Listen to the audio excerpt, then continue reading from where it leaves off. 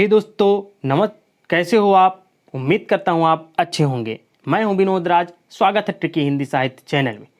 दोस्तों, जैसा कि आप लोगों का बहुत दिन से कमेंट्स आ रहा है कि कक्षा 10 की जो हिंदी नवनीत है वो उसके हम दीर्घ-उत्तरीय प्रश्नों का वीडियो नहीं बना रहे हैं, तो आज हम उन्हीं दीर्घ-उत्तरीय प्रश्नों का कुछ संकलन लेकर आए हैं और उन्हीं का हम प्रश्नोत्तर देखेंगे। तो आज हम दीर्घ-उत्तरीय प्रश्नों को हम देखने वाले हैं। दीर्घ-उत्तरीय पद्यखंड का जितने भी हैं प्रश्न, उन्हीं सभी का हम दीर्घ-उत्तरीय देखने वाले हैं, जिसमें एक पार्ट से लेकर 4 पार्ट तक के प्रश्नों का संकलन किया गया है। उससे पहले उसका अति लघु उत्तरीय यदि आप न देखे हों तो ज़रूर देख लें। तो चलिए देखते हैं आज दीर्घ-उत्तरीय प्रश्नों का उत्तर। उससे पहले यदि आप मेरे चैनल को सब्सक्राइब न किए हों तो सब्सक्राइब कर दें, बेल आइकन प्रेस करें, जिससे आपको आने वाली वीडियो की नोटिफिकेशन मिलती रहे। यदि वीडियो अच्छे लगे तो लाइक ज़रूर करिएगा और जहाँ कहीं समझ में ना आए, कोई भी समस्या हो तो आप कमेंट के माध्यम से पूछ सकते हैं और इस वीडियो को अपने दोस्तों तक शेयर ज़रूर करें।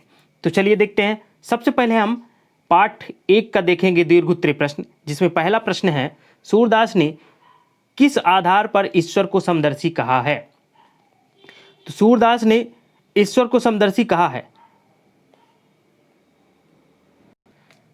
क्योंकि वह गुणी अवगुणी, दुर्जन सज्जन, धर्मी अधर्मी सभी को समान रूप से देखता है, बिना भेदभाव किए सभी का उद्धार करता है। ठीक उसी प्रकार जिस प्रकार पारस लोहे को चाहे वह पूजा घर में रखा गया जाए या बधिक के घर, पारस उसे सोना बना देता है, उसी तरह नदी नाला दोनों के मिल जाने से पवित्र नदी बन जाती है। ठीक उसी प्रकार ईश्वर गुणी अवगुणी दोनों में भेद किए बिना दोनों को उद्धार कर देते हैं। जो कि सरल है, याद हो जाएगा। निर्गुण और सगुण भक्ति में अंतर, ये हम प्रश्न पढ़ चुके हैं, फिर भी देख लेते हैं। निर्गुण निराकार अगम अगोचर होता है, उसे ना देखा जा सकता है ना अनुभव किया जा सकता है। वह संत रूप रंग रहित होता है, अतः उसकी स्तुति कठिन है। इसके विपरीत सगुण ब्रह्मा रूप रंग गुण युक्त होता है, उसे देखा जा सकता है, वह साकार है, उसे अनुभव किया जा सकता है, वह अगम अगोचर नहीं है, उसकी उपासना आसान है। नेक्स्ट प्रश्न जो है, तीसरा प्रश्न, ईश्वर ने प्रकृति का निर्माण कितने रूपों में किया है, वर्णन कीजिए। तो ईश्वर ने प्रकृति का निर्माण अनेक रूपों में किया है। उसी ने धरती, स्वर्ग, आकाश, पाताल आदि बनाए हैं। 7 द्वीप, ब्रह्मांड, 14 भुवन, दिन रात, सूर्य चंद्रमा, धूप छांव, बादल बिजली अभी उसी की देन है। नदी नाले, पशु पक्षी, जीव वन, जड़ी बूटी सभी उसी ने बनाए हैं। मानव को मानवीय भावनाओं, मानवीय उद्वेगों को जन्म उसी ने दिया है। संपूर्ण प्रकृति उसी की देन है। इसलिए ईश्वर ने प्रकृति के निर्माण कितने रूपों में किया है, ये सब का वर्णन है। चौथा प्रश्न, इसके अर्थ आप बताए जा चुके हैं। आप इनके अर्थ न देखे हों तो आप वीडियो में जाकर के, प्लेलिस्ट में जाकर के आप देख सकते हैं। अब दूसरे पार्ट का हम देखते हैं। पहला प्रश्न, दूसरे पार्ट का पहला प्रश्न है, तुलसीदास ने बालक राम के किस स्वभाव का चित्रण किया है। तुलसीदास जी कहते हैं कि भगवान राम बाल्यावस्था में कभी हट करके चंद्रमा मांगते हैं तो कभी स्वयं का प्रतिबिंब निहार कर डर जाते हैं, कभी ताली बजाकर नाचकर सभी माताओं का मन मोह लेते हैं, तो कभी रिसियाकर हट करने लगते हैं। उनका स्वभाव बहुत हठी व साथ साथ मृदुल है। वो अपनी सुंदर मोहक बाल चेष्टाओं से सभी का मन मोह लेते हैं। उसके स्वभाव में बाल हट की सर्वाधिक झलक दिखाई देती है। ये दूसरे पार्ट का दीर्घ-उत्तरीय पहला प्रश्न है। दूसरा प्रश्न इसी का है कि तुलसी ने बाल हट का स्वाभाविक चित्रण किया है। इस उक्ति को पाठ के आधार पर सिद्ध कीजिए। तुलसीदास ने बाल हट का स्वाभाविक चित्रण किया है। भगवान राम बाल हट करते हुए चंद्र खिलौने की मांग करते हैं। माँ मुझे वह चंद खिलौना ही दीजिए जो आकाश में दिखाई दे रहा है, मैं उसी से खेलूँगा। उनकी इस हट से माताएं भी सोच में पड़ जाती हैं कि कैसे उनके इस हट को वो पूरा करें। तुलसीदास जी ने उनके बाल हट का सजीव वर्णन किया है। तीसरा प्रश्न जो है, हरिनारायण व्यास ने अपने ख्यालों की किन कमियों की ओर संकेत किया है? ये प्रश्न इंपॉर्टेंट है, पूछा जा सकता है।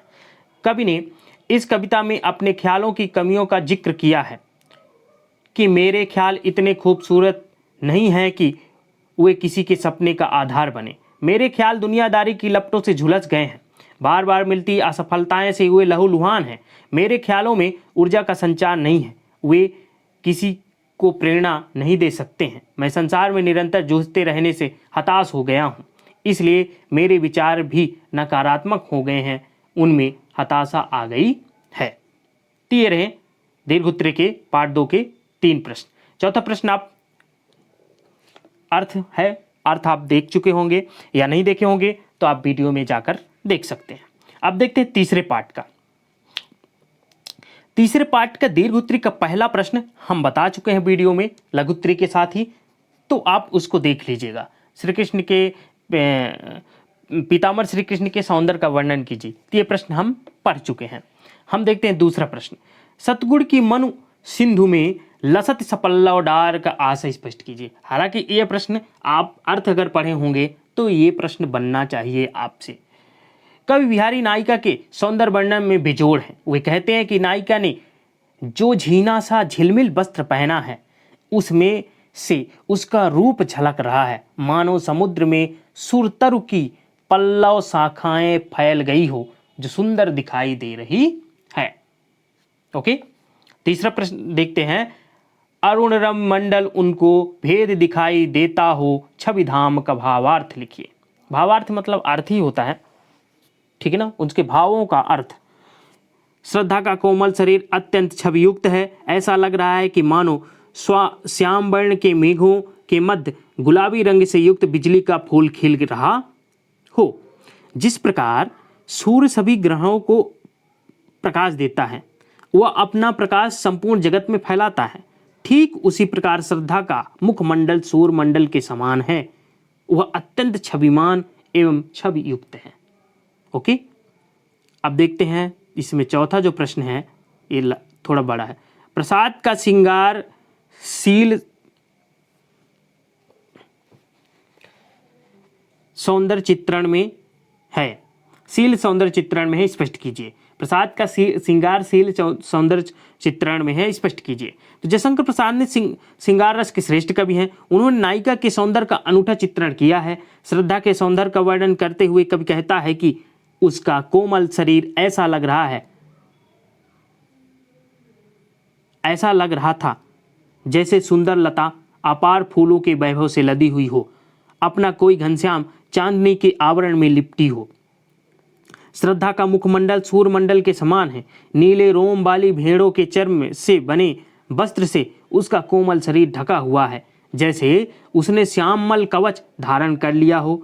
उसके घुंघराले काले बाल ऐसे प्रतीत होते हैं जैसे लघु मेघ अमृत भरने के लिए चंद्रमा के पास आए हों।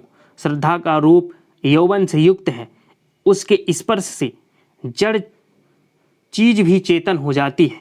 उसके मुख पर मुस्कान ऐसी लगती है जैसे उष्मा की प्रथम रश्मि हो, वह मधुरिमा से सिक्त हो।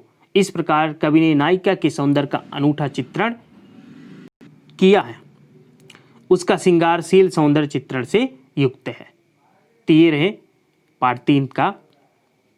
अब देखते हैं पार्ट 4 का दीर्घोत्तरी प्रश्न। बिना विचारे काम करने से क्या हानि होती है, समझाइए। ये कभी कभी छोटे प्रश्न में भी पूछा जाता है। तो बिना विचारे काम करने से बाद में पछताना पड़ता है, ठीक है ना, काम बिगड़ जाता है, हम अपने इस काम में सफल नहीं होते हैं। असफलता मिलने पर जग में हंसाई अलग से होती है। हमेशा यह दुख सताता है कि बिना विचारे काम क्यों किया। चित्त दुखी हो जाता है, चैन नहीं मिलता। इसलिए बिना विचारे सोचे विचारे काम नहीं करना चाहिए। कौ और कोयल के उदाहरण से कवि क्या संदेश देना चाहता है। तो कोयल और कोयल दोनों का रंग रूप एक है, किंतु दोनों की आवाज़ अलग अलग है।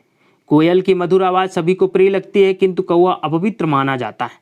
गिरधर कवि कहते हैं कि बिना गुड़ के कोई मूल्य नहीं है, अर्थात गुणवान व्यक्ति की ही पूछ परख होती है, बिना गुड़ का कोई मूल्य या महत्व नहीं होता है। ओके, अब देखते हैं तीसरा प्रश्न, चौथे पाठ का दीर्घोत्तरी का तीसरा प्रश्न। पाठ में संकलित भाषा संबंधी दोहों के माध्यम से भारतेंदु जी क्या संदेश देना चाहते हैं। बहुत अच्छा इनका ये जो दोहे हैं, ये खासकर ये निज भाषा निज धर्म निज मान कर्म। तो देखते हैं, भारतेंदु ने भाषा संबंधी निम्नलिखित दोहे लिखे हैं। पहला जो है, निज भाषा निज धर्म निज मान कर्म व्यवहार, सवै बड़ा बहु बेग मिल कहत पुकार पुकार। दूसरा इसी से, कबहु विलम्ब न भ्रात अब उठो मिटा बहु सूल, निज भाषा उन्नत करहु प्रथम जो सबको मूल। उपयुक्त भाषा संबंधी दोहों के माध्यम से कवि यह संदेश देना चाहता है कि आपकी भाषा, अपना धर्म व अपने मान की रक्षा करनी चाहिए। कह रहे हैं अपनी भाषा, धर्म, अपने मान की रक्षा करनी चाहिए। अपनी भाषा की जब तक उन्नति नहीं होती तब तक उन्नति संभव नहीं है। इसलिए हे नवयुवक, अब उठो और अपनी राष्ट्रभाषा की उन्नति के लिए प्रयास करो। लेकिन हम ऐसा नहीं कर रहे हैं, हम इंग्लिश के पीछे भागते जा रहे हैं, जबकि हमारी राष्ट्रभाषा क्या है? हिंदी है। और हमारे देश के अधिकांश लोग हिंदी को समझते हैं और हिंदी से ही बात करते हैं, लेकिन फिर भी हम इंग्लिश के पीछे भागते जा रहे हैं। इसीलिए हमारा पूरी तरह से विकास नहीं हो पा रहा है।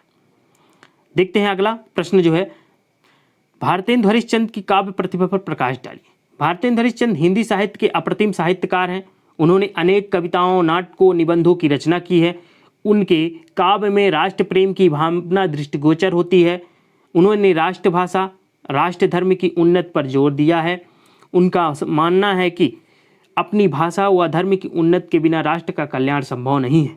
उन्होंने नीति विषय पर ही अपनी कलम चलाई है। नीति संबंधी दोहे ही भी लिखे हैं। भाषा सरल, सहज और शैली उपदेश परक है।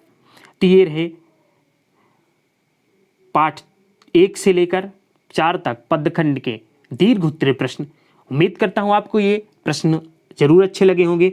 यदि अच्छे लगे हों तो वीडियो को आप लाइक जरूर करिएगा और इस वीडियो को अपने दोस्तों तक शेयर जरूर करें। यदि आप चैनल में पहली बार हैं, चैनल को सब्सक्राइब न किए हों तो सब्सक्राइब कर दें, बेल आइकन प्रेस करें, जिससे आपको आने वाली वीडियो की नोटिफिकेशन मिलती रहे। इसी तरह आप मेरे चैनल से जुड़े रहिए। मिलते हैं नेक्स्ट वीडियो में, तब तक अपना ख्याल रखिए, स्वस्थ रहिए। धन्यवाद।